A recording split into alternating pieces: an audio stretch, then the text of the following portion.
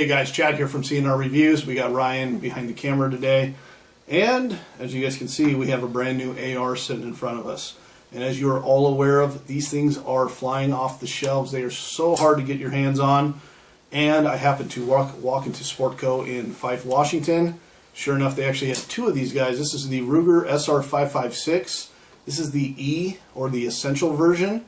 It's a little bit more basic than the standard SR556, and they had one of these and then the standard one. As you all know too, the prices have inflated. So we're going to talk about the price at the end and go over some of the features that this firearm comes with, some additions that I've made to the firearm, and why I've made those additions, and then we're going to talk about basically the first impressions. We're going to get this guy in paper for sure, and we're definitely going to be doing a proper barrel break-in. So anything I've done to this firearm so far is I have added a 5-inch rail from Ruger. It comes with a standard full-length handguard on here. It has the ability where you can put different rails on here from Ruger. Ruger actually sells different lengths, from a 9-inch rail, 7-inch rail, 5-inch rail. I decided to go with a 5-inch rail, and they already have screw holes, and the rails just screw on, guys, as you use it, or as you need it. I chose to do the 5-inch on the bottom because it left me enough room down here for the handguard. I could have even went with the 7-inch. They run about $25, somewhere around there, and they're very high quality. They're actually beveled on the edges, so you don't get stabbed if you do try to grab it here. It actually feels really nice. I really like them. So I have the ability to run a GPS grip pod or something like that, or a 4-in grip, flashlight, whatever I wanted. If I didn't want it mounted down here, I could mount it on the sides. So that's a really neat option. I really like it, and because it doesn't have all those rails, it is considerably lighter than the standard SR556. So it's something to be aware of.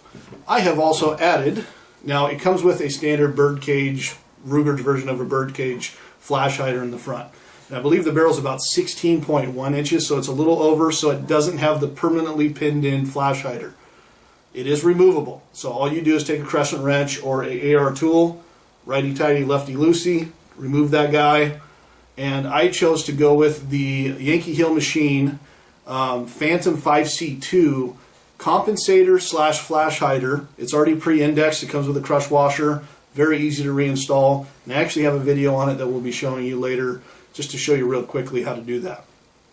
Now, as you guys can see, something looks a little bit different. You have a little adjustment knob here. Now, this is a piston AR, so it's not a gas impingement AR. Now, with the piston AR, what's happening is the gas is coming up, pushing a piston that then pushes your bolt carrier group back. And that's how it's cycling. Instead of pushing gas and pushing the gas into the chamber area and then pushing the bolt carrier group back. So it's a little bit different. It's supposed to run a lot cleaner and a lot cooler. And that's one of the pluses. It does come with one PMag. I actually have this guy in there, and yeah, these coveted PMags. So hard to get, which actually, guys, I got to tell you, Ryan and I, even with that hysteria going on where it's been so hard to find anything, Brownells, we just picked up 8 of them on Brownells, and they were the 30 rounder with the little windows for $15 each. So keep looking, guys. They're out there. They're starting to restock. Just be aware. And Magpul is pushing those things out like crazy, even though they are changing their factory because of the new gun laws in Colorado. They are moving their factory because they don't think it's fair that the people where they're located can't even own their own magazines that they're making. So there's a lot of places going. They're pushing out thousands, tens of thousands a day. So. Sure. Even High-Vis, the people who do some of the sites, they've actually just moved to I believe, Utah. Either Utah or Wyoming is one of the two. That I had just read about that today. So there's a lot of things going on with that. Magpul is producing them, though, in another state. But so you can find them, guys. Just be diligent and looking around, and try some other places that you may not have thought carried these type of magazines. Sure. Now, for 2013, the SR556E is actually coming with backup iron sights. Unfortunately, mine did not come with backup iron sights. Mine came with a plated bolt carrier group. So I don't know if you guys can see that. There's my bolt carrier group. Sorry about the lighting. It's plated.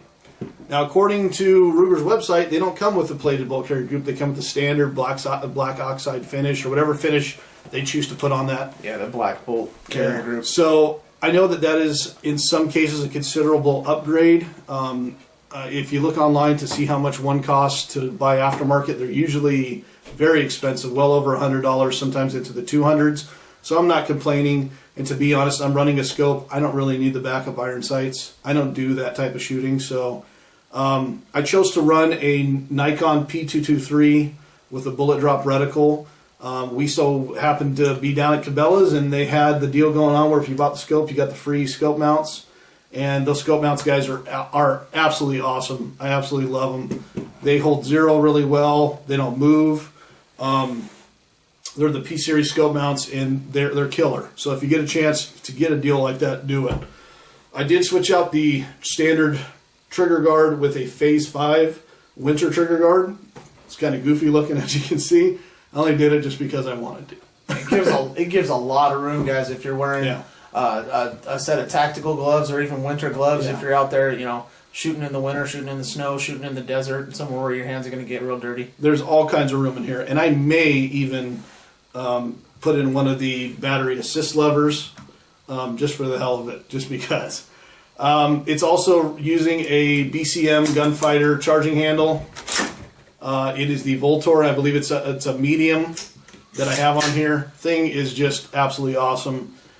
They are getting a little bit pricey and hard to find. Just be aware of that. But that way I can actually charge it one-handed, because if you look back here, there's not a lot of room to stick my fingers under here for the normal charging handle. So it's kind of a needed item. So I decided to go with the Magpul ACS Lite. This one's a little bit different than the standard ACS. It's missing the battery compartments that usually sit here on the side, so it is considerably lighter than that one. I believe it ran me about $95, somewhere around there.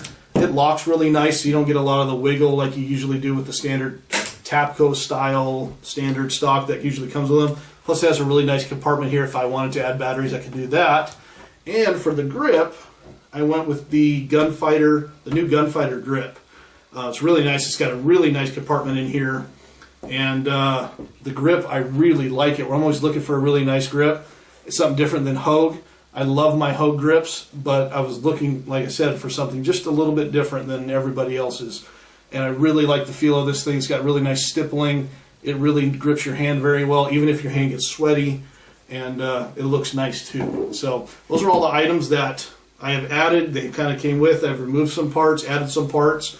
We are going to be doing a video showing you guys how to accessorize your AR and showing you how to install some of them. You don't have to do anything to this firearm though, if you don't want to. Everything that comes standard works perfect.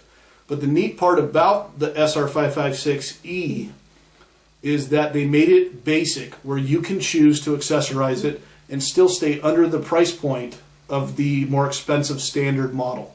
And also with those basic parts, guys, they are super high quality. I mean, this handguard, I believe, is made by Troy Industries, or it's very similar to the Troy Industries type that looks almost exactly like this, and it is really solid, guys. It's a really nice handguard. Yeah. Other than that, the firearm itself is very light for all the crap I have on there. There is one thing that I really don't like, and I've heard it from lots of people already. Even the guys who I bought it from were talking about is the trigger. I did charge the trigger, and it's very heavy. Drop the bolt. Oh, the bolt's up. All right, guys, so there's one thing that I really don't like about this firearm already, and I haven't even taken it to the range yet. Let's go ahead and drop the bolt. It's the trigger. The trigger on this guy is very, very heavy.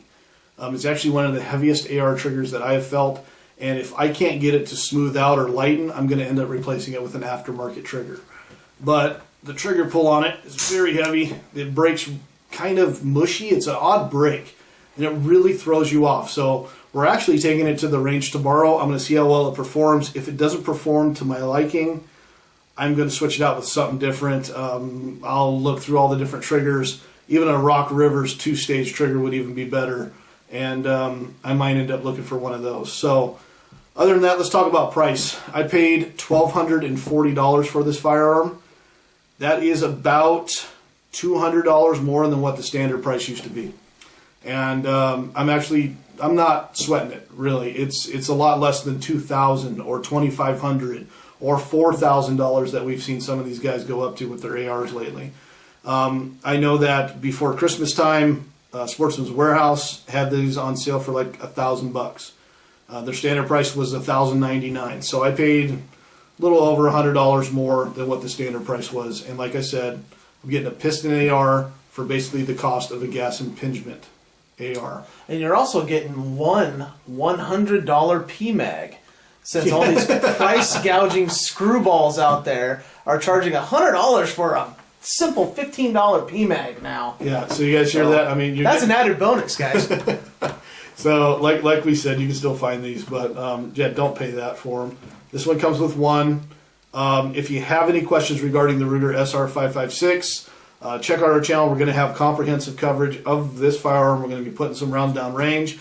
First thing I do tomorrow, though, is I'm going to do a basic barrel break-in of this firearm, where I'll basically run one round at a time through it and clean it after each time. I'll do that about 5-6 times, and then I'll go from there. So, and then I'll go up to like 3 rounds, 5 rounds, and then I'll start running full mags through it after I feel like it's been broken in enough.